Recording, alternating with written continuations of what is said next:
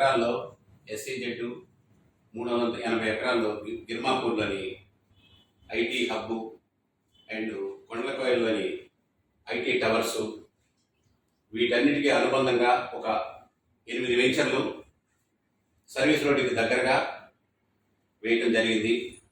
వీటికి దగ్గరగా వీటిల్లో 1,50,000 స్క్వేర్ యార్డ్స్ మనకి ఉంది. ఈ 1,50,000 స్క్వేర్ యార్డ్స్ అమ్మడానికి మనం ఎవరైతే మార్కెటింగ్ మిత్రులు గెట్ టుగెదర్ పెడుతున్నాము, అట్లాగే బిజినెస్ మీట్ పెడుతున్నాము.